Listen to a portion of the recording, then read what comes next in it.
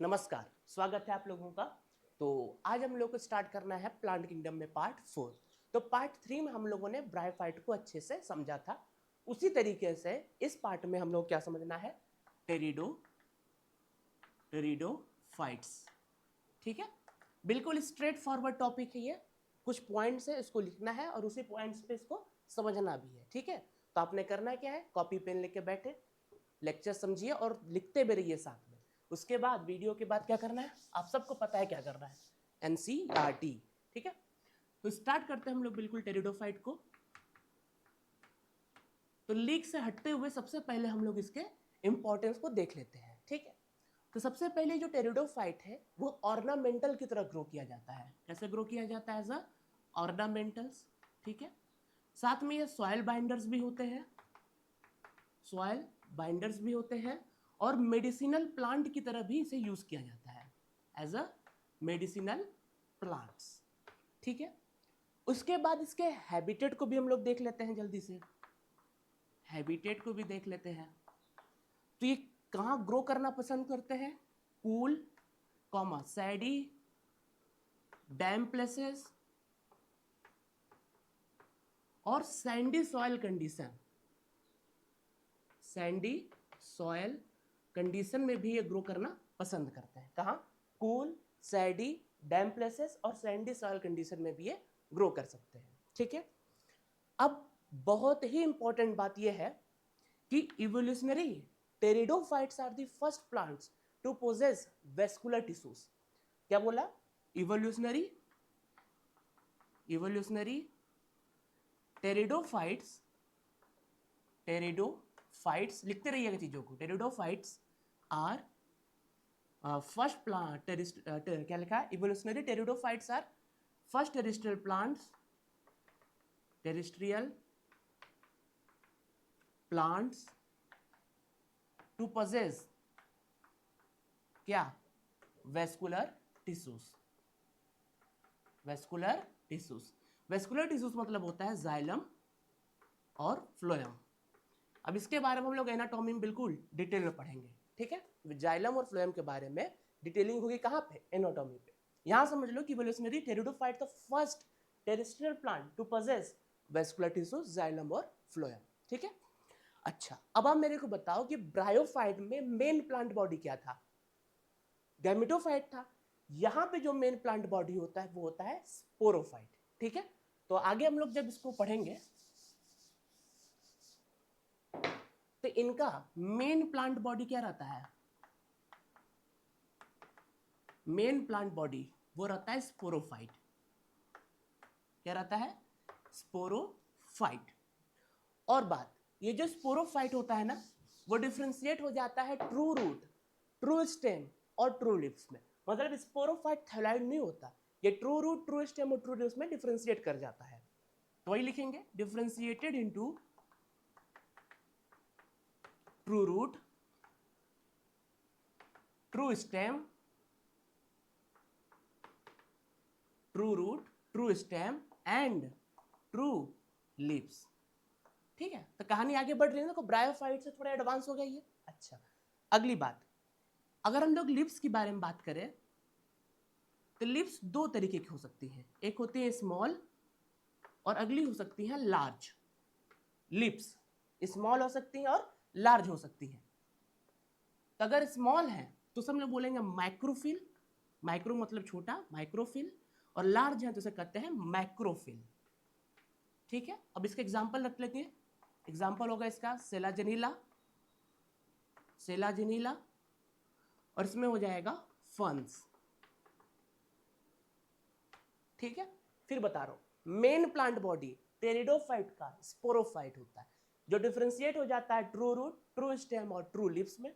अगर लिप्स की बात किया जाए तो स्मॉल हो सकते हैं, माइक्रोफिल जैसे कहते हैं, लार्ज हो सकते हैं, हम लोग क्या कहते हैं, मैक्रोफिल्स कहते हैं। एग्जाम्पल क्या हो गया, सेलाजिनीला माइक्रोफिल में, और मैक्रोफिल में हो गया फंस। ठीक है, अब स्पोरोफाइट को हम लोग आगे बढ़ाएंगे और आगे कुछ इसके बारे में समझेंगे भी।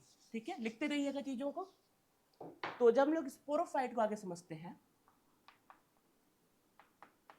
तो ये जो स्पोरोफाइट होता है ना, वो बियर करता है। क्या बियर करता है, sporangia. Sporangia, SPORANGIA, the sporophyte bears sporangia that are subtended by leaf-like structures, जिसे हम लोग बोलते हैं स्पोरोफिल। क्या बोलते हैं? स्पोरोफिल। फिर समझो, ये जो स्पोरोफाइट होता है वो बियर करेगा स्पोरेंजिया को, जो लीफ लाइक स्ट्रक्चर सबटेंडेड रहेगा, जिसको हम लोग कहते हैं sporophyll. Sporangia sporophyte, sporangia sporophyll. ठीक। अच्छा, इन सम केसेस ये जो स्पोरोफिल होते हैं ना, स्पोरोफिल, ये डिस्टिंक्ट या कॉम्पैक्ट स्ट्रक्चर बनाते हैं, जैसे हम लोग बोलते हैं स्ट्रोबिलस और कोन्स। मतलब टेरिडोफाइट में सारे केसेस में स्ट्रोबिलस और कोन्स नहीं पाए जाएंगे। कुछ केसेस में स्पोरोफिल जो होते हैं वो क्या बना देंगे? स्ट्रोबिलस और कोन्स। ठीक है। सबसे पहले क्या बताया? Sporophyte bear sporangia that are subtended by leaf like structure called sporophyll. In some cases, sporophyll bear distinct or compact structure that is known as strobilus or cones. इसके एग्जाम्पल का सिलसिला ऊपर से स्टार्ट हो गया है। सेलाजेनिला और इक्विसेटम, सेलाजेनिला और इक्विसेटम, जिसमें स्ट्रोबिलस और कोन्स देखने को मिलेगा। ठीक है। अब हम लोग इसी को आगे बढ़ाएंगे, लिख लिया ना? ठीक है। तब आगे एनसीईआरटी क्या कहती है? ठीक है, ये हो गया ना स्पोरोफिल, स्ट्रोबिलस और कोन्स। स्पोरेंजिया जो होती है वो स्पोर मदर सेल में मियोसिस कराकर स्पोर को प्रोड्यूस करती है। ठीक है। तो sporangia produce spore by meiosis in spore mother cell. तो स्पोर मदर सेल से मियोसिस होता है, तब स्पोरेंजिया स्पोर को प्रोड्यूस करती है। अब ये जो स्पोर है वो क्या बनाएंगे? वो बनाएंगे प्रोथैलस को। अब ये प्रोथैलस क्या है वो समझते हैं हम लोग। ठीक है, लिख लेने वाला पॉइंट भी। ठीक, अब हम लोग आगे समझते हैं। हम लोग अब गैमेटोफिटिक फेज की तरफ बढ़ रहे हैं इसके। तो ये जो स्पोर है ना, अब वो बनाएगा प्रोथैलस। अच्छा, अब प्रोथैलस के बारे में एनसीईआरटी क्या लिखती है वो समझ लेते हैं हम लोग जल्दी से। ये जो प्रोथैलस होते हैं ना, ये स्मॉल होते हैं, इनकॉन्स्पिक्यूअस होते हैं, मतलब बहुत ही छोटे। ठीक है, इनकॉन्स्पिक्यूअस होते हैं। उसके बाद मल्टी सेलुलर होते हैं, फ्री लिविंग होते हैं, small inconspicuous multicellular free living होते हैं, थैलाइड होते हैं और गैमेटोफाइट होते हैं। लिख लो इसको, ये बहुत काम की चीज है। ये जो प्रोथैलस होते हैं वो स्मॉल होते हैं, इनकॉन्स्पिक्यूअस होते हैं, मल्टी सेलुलर होते हैं, फ्री लिविंग होते हैं, थैलाइड होते हैं, गैमेटोफाइट होते हैं। ठीक है। अच्छा, अगर प्रोथैलस के हैबिटेट देखा जाए तो ये भी कूल और सैडी प्लेसेस में ही ग्रो करना पसंद करते हैं। साथ में अब ये प्रोथैलस है, गैमेटोफाइट है, तो एंथ्रेडिया, आर्किगोनिया, फिर एंथरजॉइड एग। तो जो एंथरजॉइड होता है ना, उसको वाटर की जरूरत पड़ती है ताकि वो आर्किगोनियल नेक तक पहुंच सके, आर्किगोनियल माउथ तक पहुंच सके, फिर फर्टिलाइजेशन होकर जाइगोट बनेगा। तो इस वजह से वाटर की आवश्यकता, और ये कुछ ही नैरो जगह पाए जाते हैं। इस वजह से जो टेरिडोफाइट का डिस्ट्रीब्यूशन होता है ना, वो बहुत ही रिस्ट्रिक्टेड एरियाज में होता है। समझ गए? सब जाता हूं आगे। देखो ये हो गया ना, देखो आगे। अगर आप प्रोथैलस के हैबिटेट समझते हैं इसको हम लोग, देखो आप गैमेटोफिटिक फेज की तरफ जा रहे हैं। ठीक है, तो उसके बारे में क्या लिखते हैं एनसीईआरटी? जो इसका हैबिटेट होता है वो भी सैडी प्लेसेस कॉमा कूल प्लेसेस पे ही देखने को मिलेंगे। साथ में ये लिख लिया? ठीक है। साथ में water is required for fertilization. Fertilization के लिए वाटर की जरूरत पड़ती है। Therefore distribution of pteridophytes is restricted to narrow geographical areas, ठीक है। इस वजह से टेरिडोफाइट का जो डिस्ट्रीब्यूशन रहता है वो बहुत ही कम एरिया में रहता है, ठीक। ये समझ में आ गया आपको। अब आगे गैमेटोफाइट को ही कंटिन्यू हम लोग करेंगे, लिख लिया ये। अब देखो, अब इसका जो गैमेटोफाइट होता है ना, गैमेटोफाइट जिसका होता है वो बियर करेगा मेल और फीमेल सेक्स ऑर्गन को, एंथ्रेडिया और आर्किगोनिया। क्या बियर किया? एंथ्रेडिया और आर्किगोनिया। अब आपको पता है कि एंथ्रेडिया क्या प्रोड्यूस करेगा? अगर आप ब्रायोफाइट के लेक्चर देखोगे तो आपको पता है एंथ्रेडिया क्या प्रोड्यूस करेगा? एंथरजॉइड। तो एंथरजॉइड प्रोड्यूस किया। ये क्या प्रोड्यूस करेंगे? एग। अब एंथरजॉइड को वाटर की आवश्यकता पड़ेगी ताकि वो आर्किगोनियल माउथ तक पहुंच सके, ठीक है। तो उसके बाद इनका क्या होगा? फ्यूजन होगा, बनेगा क्या? जाइगोट, ठीक है। और याद रखना कि एंथरजॉइड को आर्किगोनिया तक जाने के लिए वाटर रिक्वायर्ड होता है, वाटर रिक्वायर्ड होता है, ठीक है। फिर दोनों से क्या बन जाना है? जाइगोट। फिर जाइगोट क्या बनाएगा? फिर तो जाइगोट से फिर बनेगा स्पोरोफाइट। फिर क्या बनेगा? स्पोरोफाइट, जो इसमें डोमिनेंट होता है और मल्टीसेलुलर होता है। ये कैसा होता है? ये भी तो डोमिनेंट ही होता है ना इसमें। मैं मेन प्लांट बॉडी तो स्पोरोफाइट ही टेरिडोफाइट का, साथ में मल्टीसेलुलर होता है, ठीक है। ये समझ में आया हिसाब किताब इसका, ठीक। अब आगे हम लोग समझते हैं, लिख लो ये हो गया। देखो, एनसीईआरटी लिखती है कि जो मेजॉरिटी ऑफ टेरिडोफाइट्स होते हैं ना वो होमोस्पोरस होते हैं, लेकिन कुछ हेट्रोस्पोरस भी होते हैं। क्या बोला? कि जो मेजॉरिटी होती है ना टेरिडोफाइट्स की वो होती है होमोस्पोरस। होमोस्पोरस मतलब similar kind of spore. Homospory मतलब क्या होता है? Similar kind of spores. लेकिन कुछ में, जैसे सेलाजिनीला और साल्विनिया में हेट्रोस्पोरी देखने को मिलती है।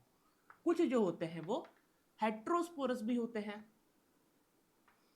इसका एग्जांपल पहले समझ लो, एग्जांपल बहुत इंपॉर्टेंट है। सेलाजिनीला कॉमा साल्विनिया, सेलाजिनीला और साल्विनिया, SALVINI है वो साल्विनिया। इसमें सेलाजिनीला और साल्विनिया में हेट्रोस्पोरी देखने को मिलता है। मतलब इसमें एक माइक्रोस्पोर और मैक्रोस्पोर भी होंगे, छोटे और बड़े स्पोर हो सकते हैं, सीधी बात है, ठीक है। इसमें पहले सबसे पहले जो होते हैं वो होंगे माइक्रोस्पोर और एक होते हैं मेगास्पोर, ठीक है। अब ये जो माइक्रोस्पोर है ना वो मेल गैमेटोफाइट में डेवलप करेगा और ये मेगास्पोर है ना वो फीमेल गैमेटोफाइट में डेवलप करेगा, ठीक है। क्या बोला? ये जो माइक्रोस्पोर है वो किस में डेवलप करेगा? मेल गैमेटोफाइट में। मेल गैमेटोफाइट है, माइक्रो मतलब छोटा, इसलिए मेल गैमेटोफाइट। मेगास्पोर जो है वो फीमेल गैमेटोफाइट में करेगा, ठीक। अब आगे क्या होता है? इन सब केसेस में जो फीमेल गैमेटोफाइट है वो पेरेंट्स स्पोरोफाइट पे रहती है for a variable period of time, ठीक है। क्या बोला? कि फीमेल गैमेटोफाइट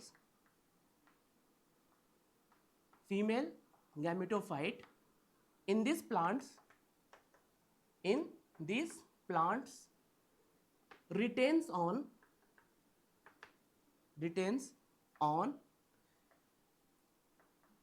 parent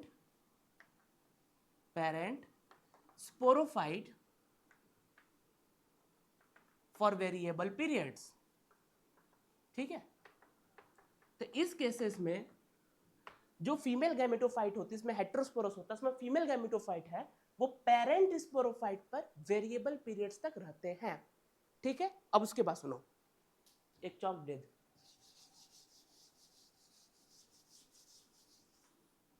ये समझ में आया ना कि जो फीमेल गैमेटोफाइट है वो पेरेंट स्पोरोफाइट पर वेरिएबल पीरियड तक रहेंगे।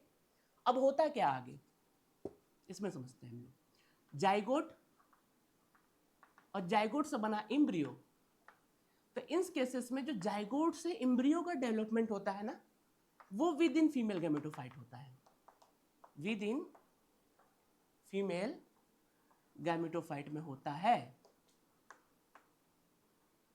तो इस वजह से एक बहुत ही इंपॉर्टेंट लाइन एनसीईआरटी लिखती है, this represent the precursor of seed habitats. क्या लिख लिया ना? तो ये रिप्रेजेंट करता है प्रीकर्सर ऑफ सीड हैबिटेट्स। देखिए कहानी क्या है, शुरू से बता रहा हूं मैं। नॉर्मली जो तुम्हारे टेरिडोफाइट्स होते हैं उसमें मेजॉरिटी में होमोस्पोरी देखने को मिलती है, बट सेलाजेनिला और साल्विनिया में आपको हेट्रोस्पोरी देखने को मिल रही थी। अगर नॉर्मल टेरिडोफाइट का केस देखा जाए तो उसमें गैमेटोफाइट रहता है, वो फ्री लिविंग रहता है, मतलब डिपेंड, जो प्रोथैलस था वो फ्री लिविंग था, मतलब स्पोरोफाइट पे उसकी डिपेंडेंसी तो थी नहीं। लेकिन जहां पे हेट्रोस्पोरी देखने को मिला वहां मैंने क्या लिखा था यहाँ ब्लू में, कि जो फीमेल गैमेटोफाइट रहता है वो पेरेंट स्पोरोफाइट पे रहता है, कब तक? वेरिएबल पीरियड्स तक। और उस फीमेल गैमेटोफाइट में जाइगोट से एम्ब्रियो तक का डेवलपमेंट होता है। तो ये एक इंडिकेशन है, प्रीकर्सर मतलब एक इंडिकेशन है कि अब सीड जो है ग्रो करने का समय आ रहा है। इस वजह से प्रीकर्सर ऑफ सीड हैबिटेट देखने को मिल रहे हैं। समझ में आ गया? ठीक है, ठीक। अब आगे देखते हैं हम लोग टेरिडोफाइट के 4 क्लासेस। ठीक है, तो जो टेरिडोफाइट्स हैं उनके अब 4 क्लासेस होंगे, 4 क्लासेस। अब कौन कौन से होंगे बताओ? मैं बता रहा हूं, साइलोप्साइडा, लाइकोप्सिडा, साइलोप्सिडा, लाइकोप्सिडा, स्पेनोप्सिडा और टेरोप्सिडा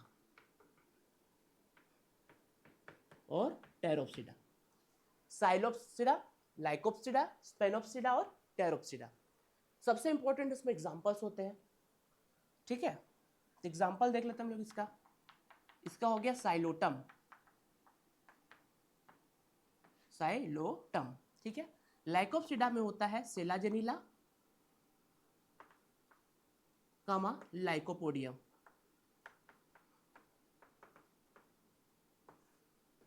स्पेनोप्सिडा में होता है इक्विसेटम।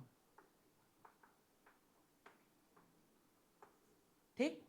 टेरोप्सिडा में 3 होते हैं, क्या हो जाएंगे? टेरिस, ड्रायोप्टेरिस,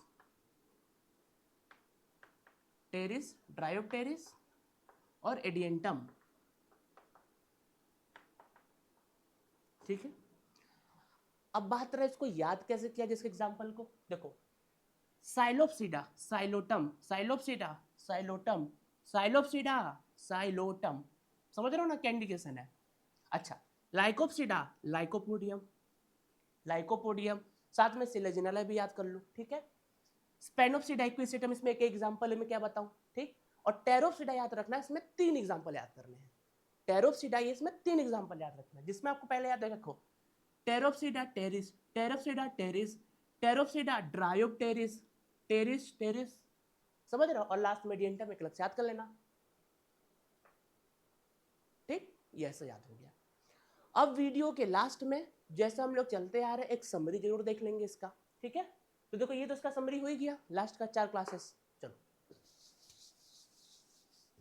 तो हम लोगों ने सबसे पहले टेरिडोफाइट में उसका यूजेस देखे और फिर बताया कि इसमें जो मेन प्लांट बॉडी रहता है वो स्पोरोफाइट रहता है। ठीक है, ये बताया ना कि इनका मेन प्लांट बॉडी क्या था?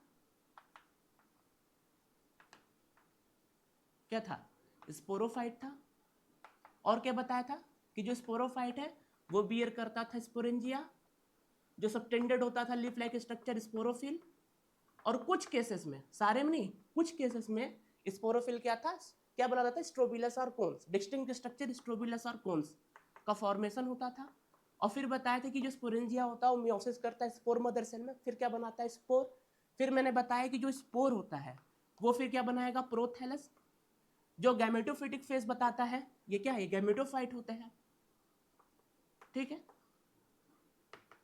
फिर उसके बाद बताया कि एंथ्रेडिया, आर्किगोनिया, एंथरजोइड और एग दोनों मिला क्या बना है जाइगोट। जाइगोट से फिर बना है स्पोरोफाइट जो डोमिनेंट फेज होता है इसमें टेरिडोफाइट में, ठीक है।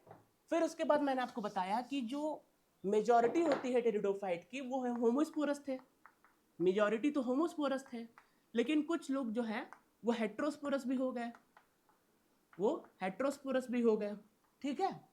तो उस वाले में केस में मैंने बताया था कि जो फीमेल गैमेटोफाइट थी वो पेरेंट स्पोरोफाइट तक वेरिएबल पीरियड तक रिटेन किए थे, साथ में जाइगोट से एम्ब्रियो तक का डेवलपमेंट जो था वो कहाँ हो रहा था, फीमेल गैमेटोफाइट के अंदर हो रहा था। इस वजह से इसको बताया गया प्रीकर्सर ऑफ सीड हैबिटेट्स। फिर उसके 4 क्लासेस देखे, लास्ट में जितने एग्जांपल्स हैं इसमें वो मैं आपको एक साथ लिखवा दे रहा हूँ टेरिडोफाइट्स में, ठीक है। तो जल्दी से देख लो, तो एग्जांपल का ही एक समरी हो जाएगा। तो सबसे पहले हमने बताया था आपको माइक्रोफिल का एग्जांपल, फिर बताया मैक्रोफिल के एग्जांपल। तो जल्दी जल्दी देख लेते इसमें क्या क्या था। इसमें बताया था सेलाजिनीला, सेलाजिनीला 4 क्लासेस के एग्जांपल्स में ये मत भूल जाना, 4 क्लासेस एग्जांपल याद करते करते इन सबको मत भूल जाना, ये भी वैसे इंपॉर्टेंट है। फंस, फिर दूसरा हमने बताया था स्ट्रोबिलस और कॉन्स बियरिंग, उसका एग्जांपल क्या था सेलाजिनीला, सेलाजिनीला, इक्विसेटम। इसीलिए बोलता हूं वीडियो लास्ट तक देखा करो, ठीक। सेलाजिनीला और इक्विसेटम हो गया। थर्ड बता आपको हेट्रोस्पोरस का,